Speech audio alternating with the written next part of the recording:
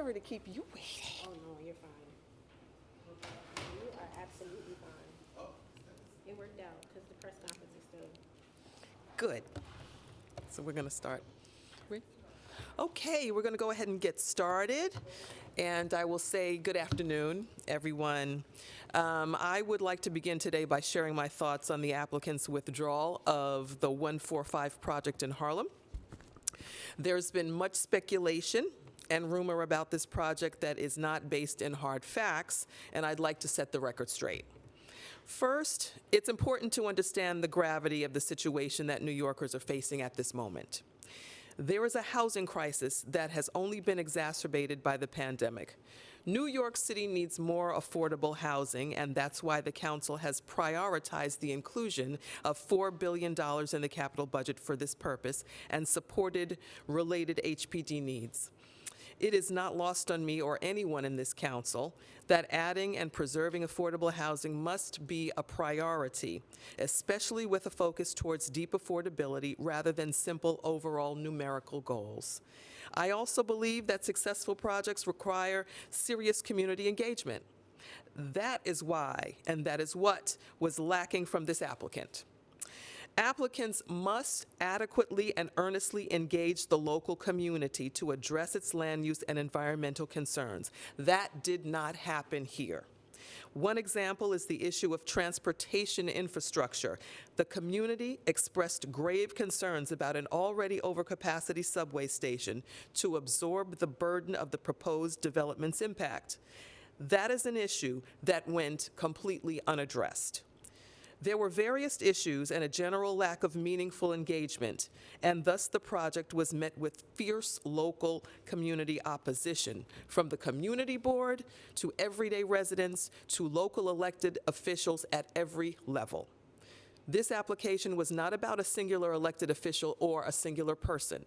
It was about the lack of engaging in good faith dialogue with all community stakeholders to reach common ground.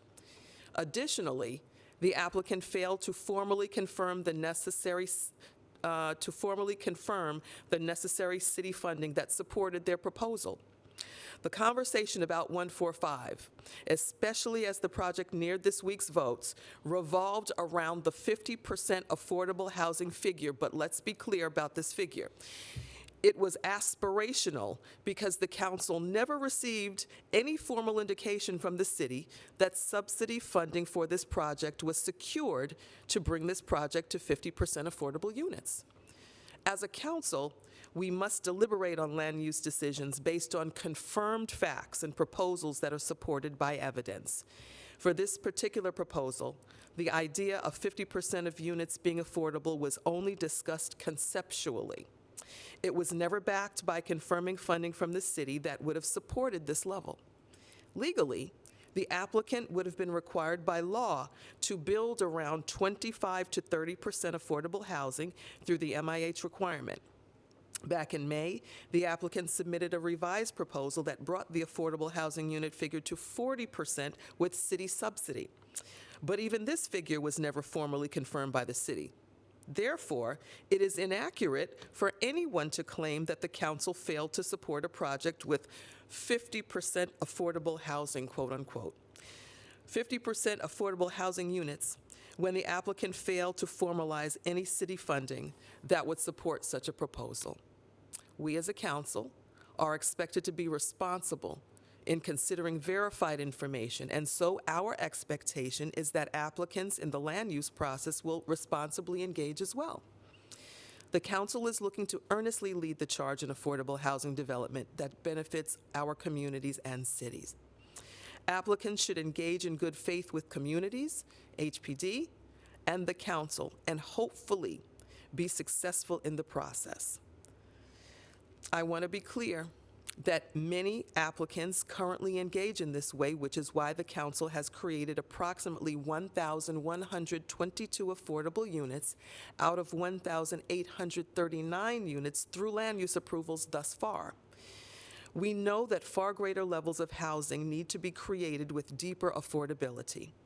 The council takes its responsibility to advance these goals seriously, and we will remain committed to ensuring the land use process is an effective vehicle. And so today, We will accept the applicant's request to withdraw the application and remove it from our calendar. We hope this leads to an opportunity for a new, effective approach that is a successful path toward affordable housing. With that said, we'll move on to today's stated agenda.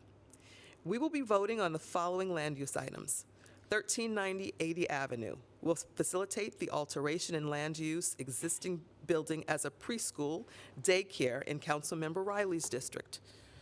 2 applications in Councilmember Ressler's district. 840 Lorimer Street rezoning will facilitate the development of a 10-story mixed-use residential and commercial building.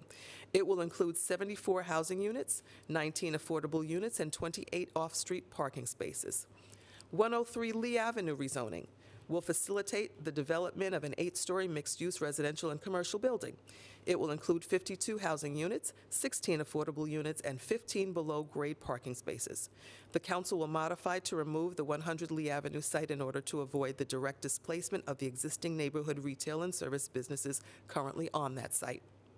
146-93 Guy R. Brewer Boulevard rezoning will facilitate the construction of a new 8-story building in Majority Whip Brooks Powers District. The council will modify the proposal to better reflect the surrounding community character, and the commercial overlay will remain in place to bring existing businesses into conformance with zoning. We will also be voting on the following finance items.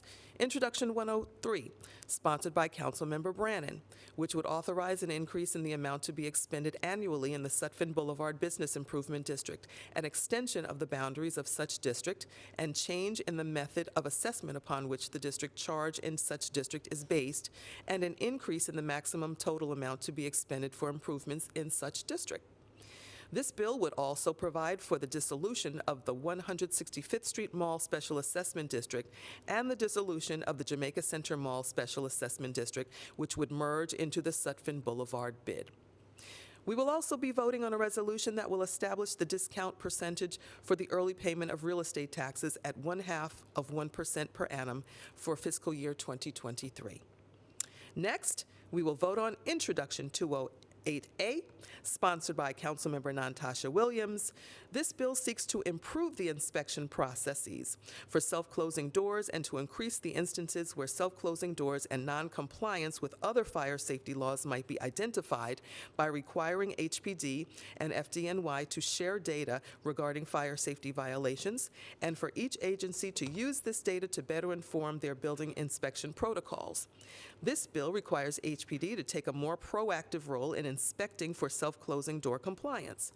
Each year, HPD would have to select 300 buildings to inspect, with the aim of targeting higher-risk buildings like Twin Parks. At our last stated meeting, we voted on an important package to ensure tragedies like the Twin Parks fire never happen again, and I'm very proud that we continue to build on this work. I invite Councilmember Williams to come up to the podium now and speak on her bill. Councilmember?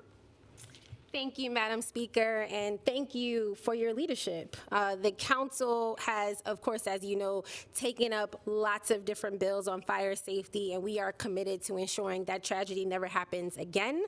I won't go over the bill, but we know functioning self-closing doors are the most effective barriers to temporarily inhibit the spread of flames and smoke, giving firefighters and tenants crucial time to respond and vacate buildings. It is also incredibly important that these doors are inspected regularly. We know city government tends to be reactionary. This is our attempt to make sure that we are taking proactive measures to address safety concerns. Residents deserve to live in buildings that take adequate steps towards safety, which will provide families reassurance that their homes have been inspected and insured and that landlords are held accountable. I want to also thank Councilmember Oswald Felice and Pierina Sanchez for their advocacy following the tragedy. And I want to just add one plug. It's also June as Gun Violence Awareness Month. That's why I'm wearing orange. We know gun violence continues to plague our city, and this council is focused on figuring out comprehensive solutions. And lastly, I'm also really excited about the bid consolidation. It's just going to be an amazing, amazing thing for the downtown Jamaica area and to increase our economic opportunities that our speaker knows so well, considering her role as a former CV12 chair. Thank you. Thank you, Councilmember. And congratulations on your legislation. Thank you so much. Finally, we will be voting on a resolution sponsored by Majority Leader Keith Powers, the chair of our Committee on Rules, Privileges, and Elections. This resolution accomplishes three things. First, the resolution provides that the council and its committees and subcommittees can use video conferencing to conduct our meetings, provided that a quorum is physically present in the same physical location where the public can attend. A council member can only participate virtually if they are unable to be physically present due to extraordinary circumstances as detailed in the resolution, such as disability, illness, or caregiving responsibilities. Second, when council members make use of video conferencing, the public is allowed to attend the meeting by video conferencing and participate by video conference if it is a meeting during which the public can participate. Third, the resolution enables me to make any and all determinations pursuant to the state open meetings law during a state disaster emergency declared by the governor or local emergency declared by the mayor, including suspension of any and all in-person participation requirements of the state open meetings law because the circumstances necessitating the emergency declaration would affect or impair our ability to hold in-person meetings. Thank you to Majority Leader Powers for his leadership on this issue. And with that, I will take questions on topic first. This time 145, you mentioned that the opposition, right, wasn't just one elected official, but, the council does have this kind of unofficial member deference policy. Just beyond this project, do you think there are instances, or might be instances where, the council should step in and approve a housing proposal over the local member's objections? Yeah, thank you for the question. I certainly support efforts to find common ground with all those who have a stake in communities and meeting the city's need for affordable housing, which we know is paramount and of paramount concern. Each application is very different, so we're going to take each one on its merit and consider all that come before us on those specifics of each application that comes before us. Thank you.